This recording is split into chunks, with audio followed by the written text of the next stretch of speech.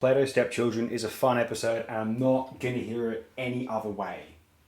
This is stupid Trek at some of its most enjoyable. Like, as if you, some friends, if you have friends, I have a handful like at this stage, believe it or not, and I probably won't for much longer. I'm burning it all to the ground again. Why not?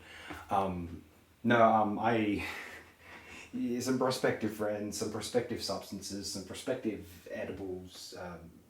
I don't mean that as an insinuation sense, though that too. Plato's Stepchildren is a tremendously fun time. Thumbelina, thumbelina, thumbelina, ho. I mean, it's good stuff. Come on. Now, people usually cite this as an example of why season 3 is just god awful. And to be fair, Kirk's Shatner's hair looks awful. Even DeForest Kelly's hair looks terrible. Oh, and they got to Scotty. Oh my god, what's going on with Scotty? What's going on with Scotty's hair, with Doohan's hair this entire season? But especially this episode, it's graying. It's like, what is that wig even? I don't even think it's a wig. I don't know. But like, Plato's Stepchildren is still far superior to the likes of Spock's Brain and The Children Shall Lead. Is There a Truth, No Beauty? I'd rather watch it than that lousy fucking Western fucking Spectre of the Gun. At least Spectre of the Gun's better, and First Doctor's the fucking gunfighters.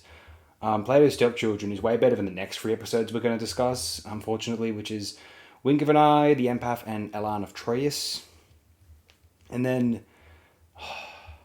you could do without All Our Yesterdays and Turnabout and True to Hay. All Our Yesterdays, no, sorry, The Savage Curtain. All Our Yesterdays isn't so bad. I got the titles confused. I like the imagery of this episode in a sort of camp novelty way. Like I said, I just find it watchable and entertaining. I know it's like on paper and like sort of objectively embarrassing, and it's just like by the rules of all that sort of tasteful and refined, we're supposed to think that this episode is utter garbage, and it's like, oh well, by the traditional rules of rating stuff out of 10, this is bad. But it's just like, forget the quantification aspect. Seriously. Throw the concept of giving it a rating out of fucking 10 out the window. Like, that's so toxic to film or cultural discourse. This like consumer guide fucking like, entertain me crap. You're not a fucking medieval king, okay? What you are, I mean, you're probably as overweight as one of them. But no,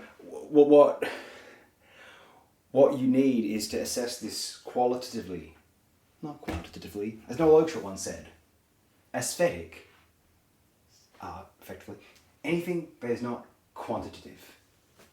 And so if we start assessing art quantitatively, we may as well just like fire off all the nukes, because why live if we're just gonna assess art quantitatively? That's for absolute just jerks and bores and squares, and I don't want to live in that world, to be brutally honest. Sorry.